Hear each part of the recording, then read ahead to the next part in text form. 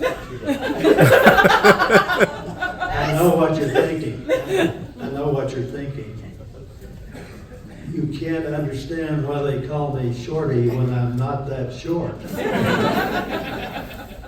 The problem you have is making the assumption that my name refers to my height. You know, height is not the only way a fella can come up short. So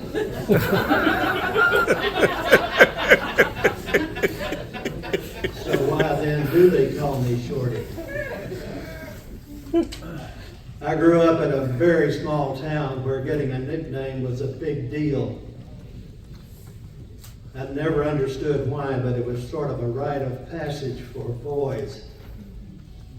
Of course, a few of the girls had nicknames, but that's an entirely different kind of story.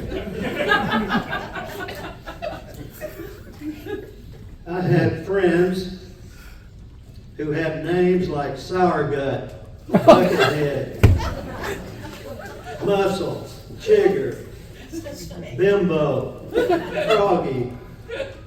One kid whose last name was Hands was called Soapy.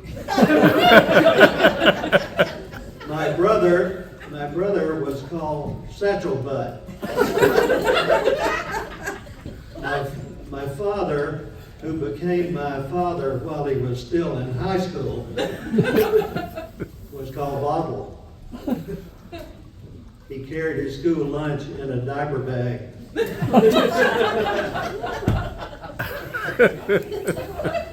I was fortunate to get out of there with a nickname as unremarkable as Shorty.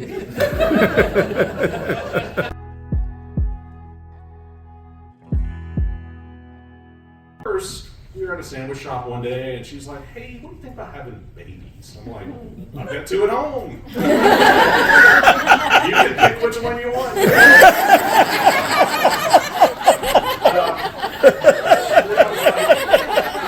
Eating a sandwich going, "Oh, you mean for us?" And of course the answer was yes. And then she said, "Well, by the way, me and my ex-husband tried a few times, like IVF, IUI, voodoo, a few different things, and nothing worked. I might be infertile." I'm like, "Okay, but we can still try, right?" All right, so fast forward about 2 months, it worked. She got pregnant. Yay! Yay! I did all the work. It was a miracle baby, is what we said. Miracle, she's pregnant. It's the most beautiful thing in the world. Until we got the first blood test back. And something about genetic, something abnormal, something not good. After a couple tests later, I became an expert on trisomy 13. It was not a miracle baby. It was a miracle baby because she got pregnant for the first time ever in her life. It was a miracle because we're going to lose her. So the same week that we got married, we lost her. We named her Mercy because what we gave her was mercy in the end. But we didn't give up. Don't give up, right? And then I noticed that people are coming out of their houses to film us as we drop this refrigerator off at this really sketchy house. And over the coming days, many people about town would recognize me and Manea from these videos. And they thought it was hilarious. Because it was. You can picture these videos that contained multitudes, just waves of anonymous Nicaraguans looting alongside a completely oblivious and bandana-less gringo and puppy.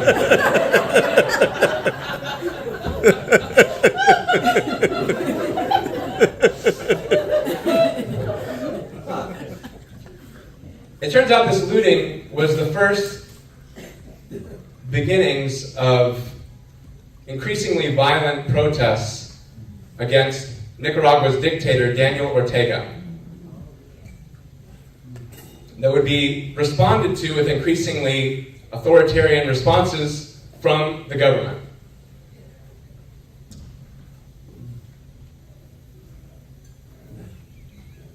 So over the coming months, every single night there was lootings, buildings being burned down, and explosives going off all through the night, often until 4 a.m. And people began to be fearful and despondent. And I was no longer able to see my new friends because we went into lockdown. And I was no longer able to fall asleep at night.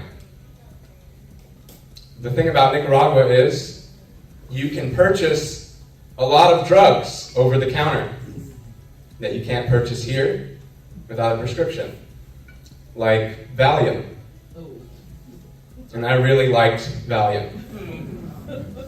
I liked it a lot. It did exactly what I needed it to do. It quelled the anxiety that I had, and it helped me to fall asleep.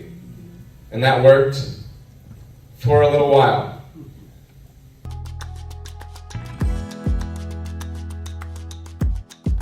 Fast forward, I am now with my wonderful fiance, Case, who is a white man, so I'm still disappointing dad. And my dad's like, well, you know, I remember Case told me after he proposed to me that he, he didn't ask my dad because I'm not cattle. He can't ask for me. But he was gonna be like, hey, I'm just gonna let you know I'm proposing to your kid. And my dad's like, no, I think that's good. You guys are a good mix. I think that'll be good. We'll work together. He does this a lot with his hands. And I always wonder why my dad has these preconceived rules and lifestyle that he has for me. And then I asked him one time, and he goes, let me tell you a story. I'm not going to do it in the accent because that's a lot of work.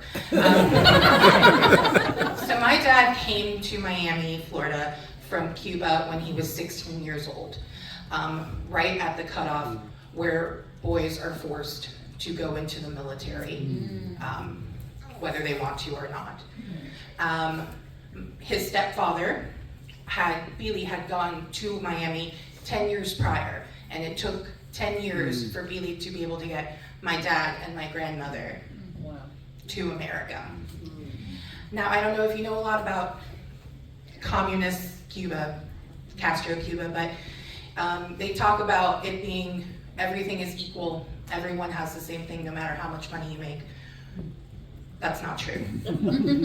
People at the top get all the money, people at the bottom get jack shit. Kind of similar to another country. My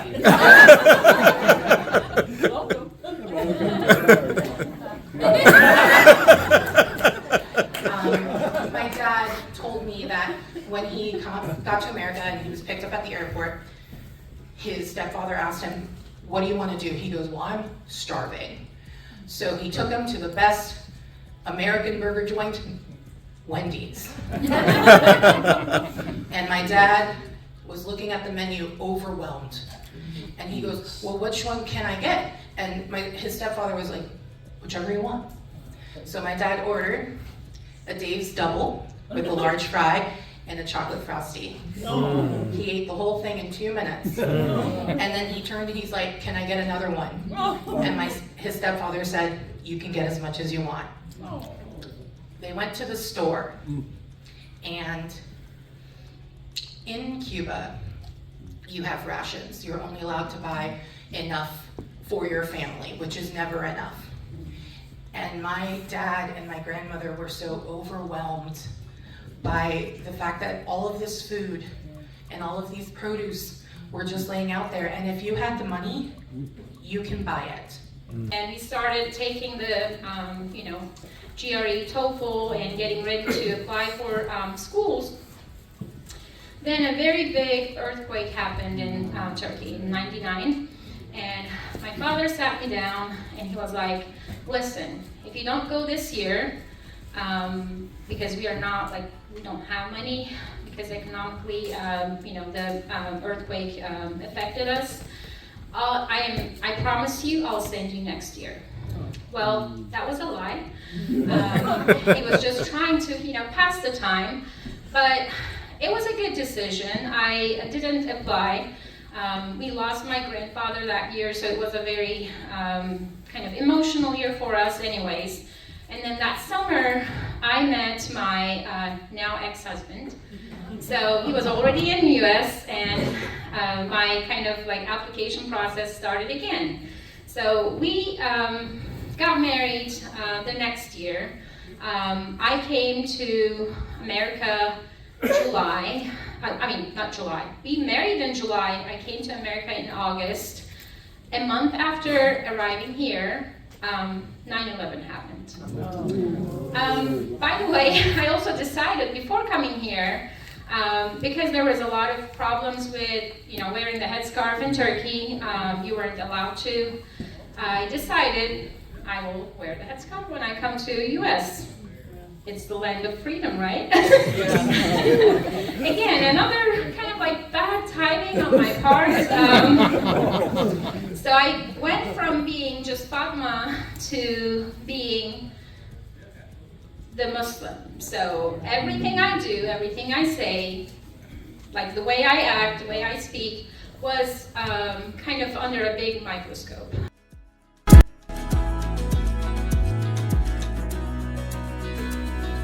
The third incident,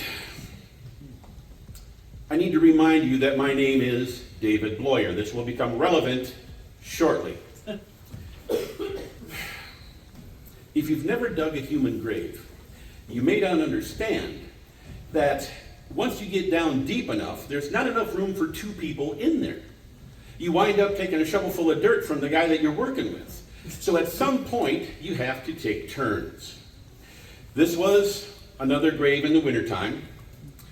We had gotten down to that point, and Patrick said, I'll take the first shift, you go wander around, do something, whatever.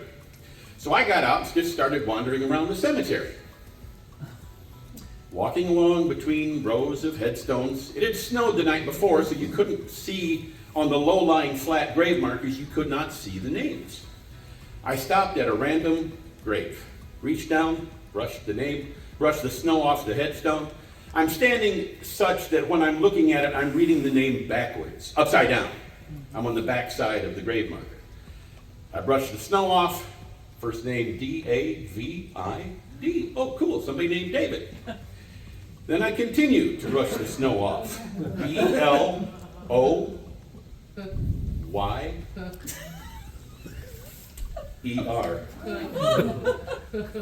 I felt the blood run from my face. I nearly passed out. I felt like Ebenezer Scrooge.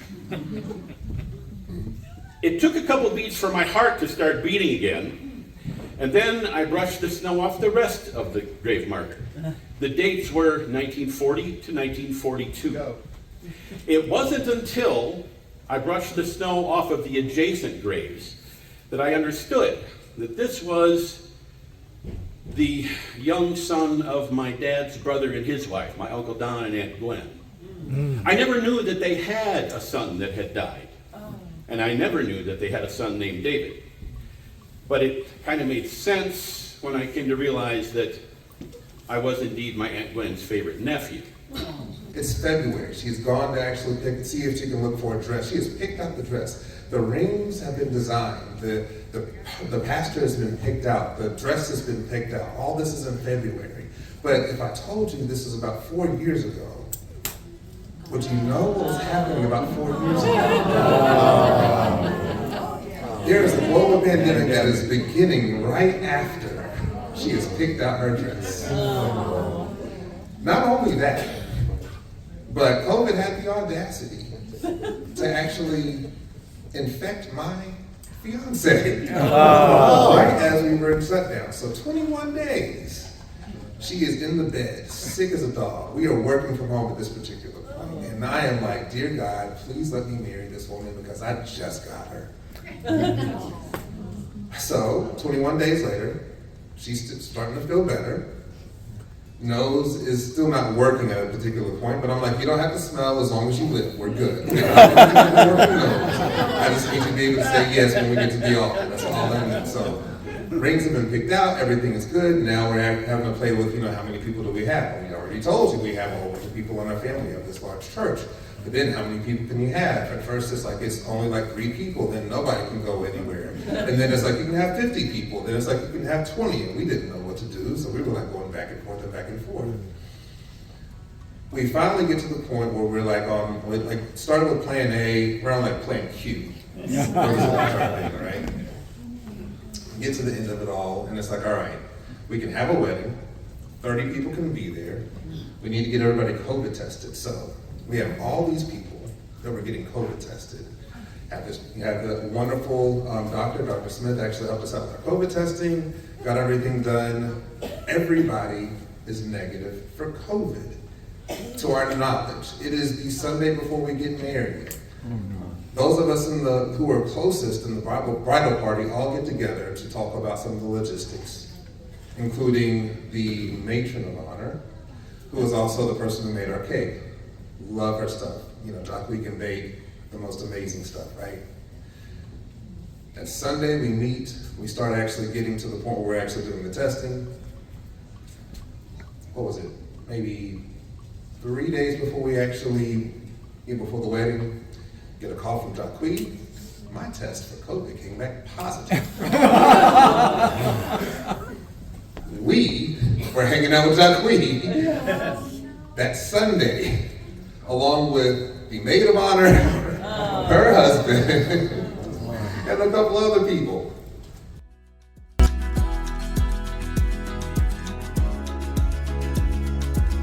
And at some point, 2 years into our relationship, he said, why don't we move to New Orleans? And I said, why not? Because after all, we were like 24 and 25, anything's possible. And we moved to New Orleans, and I discovered there were spices.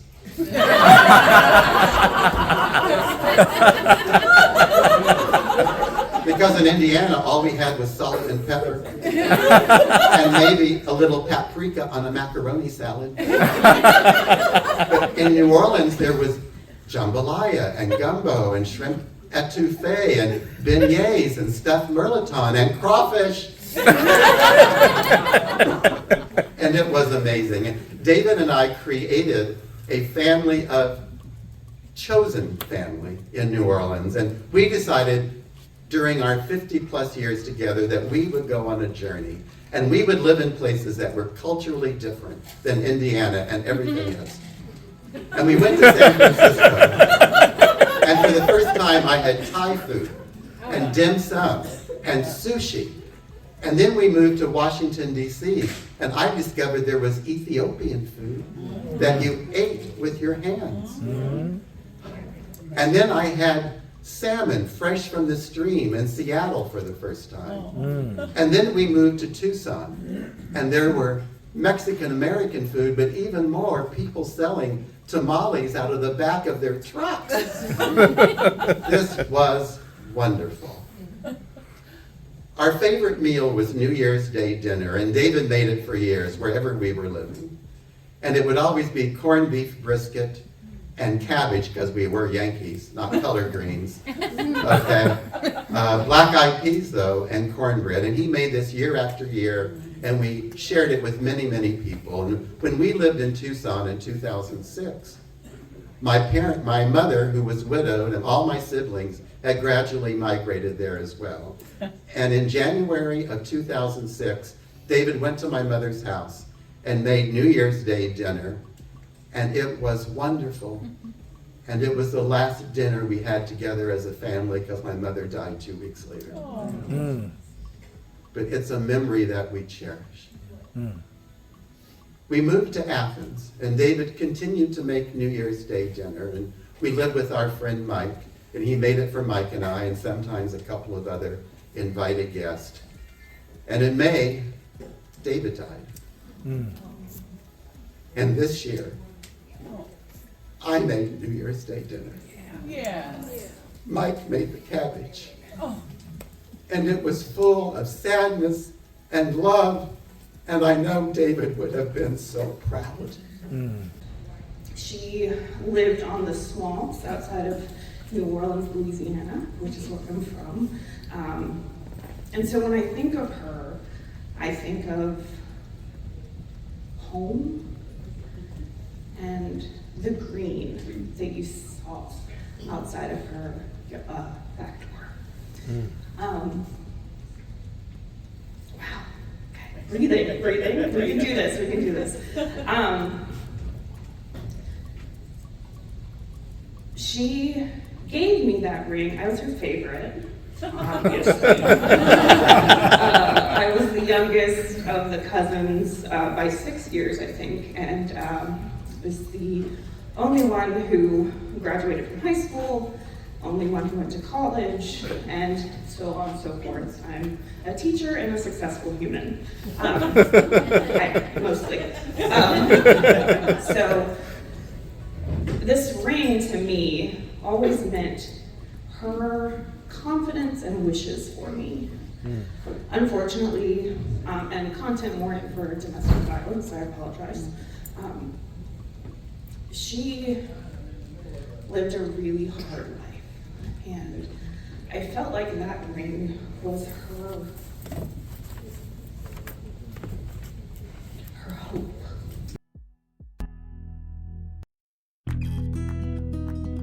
Most of my life, I always wanted to have stability and commitment.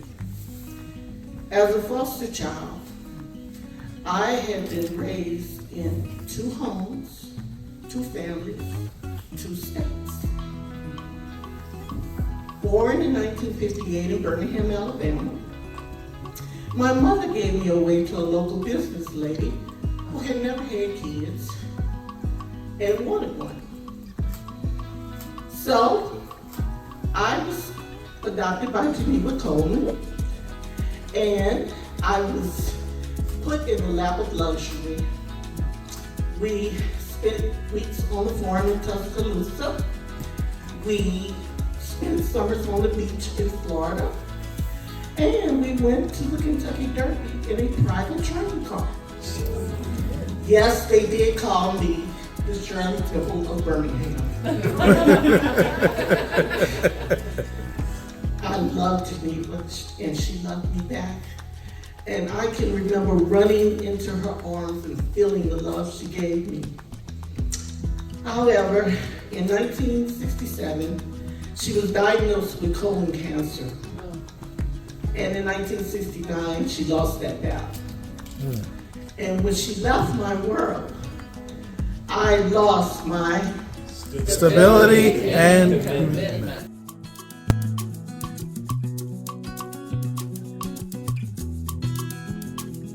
Okay?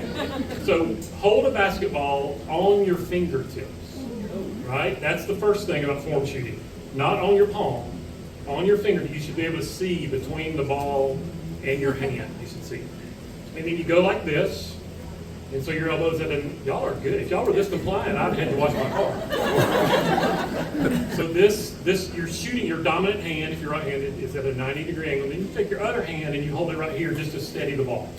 And then y'all can't do this because you're sitting down, but you start with a little bit, and then you go and you just do that, like you're dropping the ball. So we'd start this drill right under the goal, like just barely outside the goal. And we would go like this, and you'd make 5 in a row, and then you take a step back and you'd do it.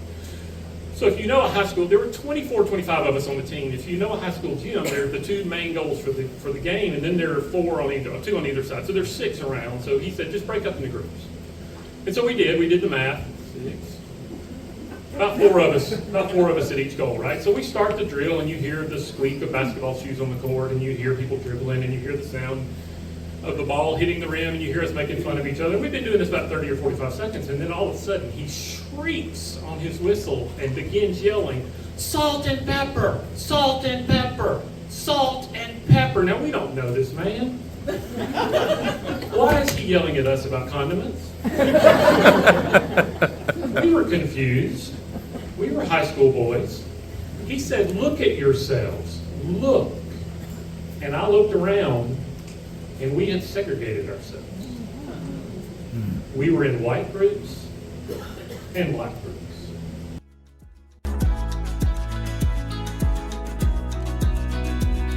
Now, you all said you like music. I don't know. I think we should find out. What do you think? Yeah. All right. Sing favorite songs, my favorite joyful, uplifting songs. And I think you guys are gonna know it. And when you hear it, I would love for you to just sing along. Think we can do it? Yes. Yes. All right, here we go. Woke up this morning, rise in the morning sun, 3 little birds upon my doorstep, singing to me a melody clear and true, saying, this is my message to you. Come on, y'all.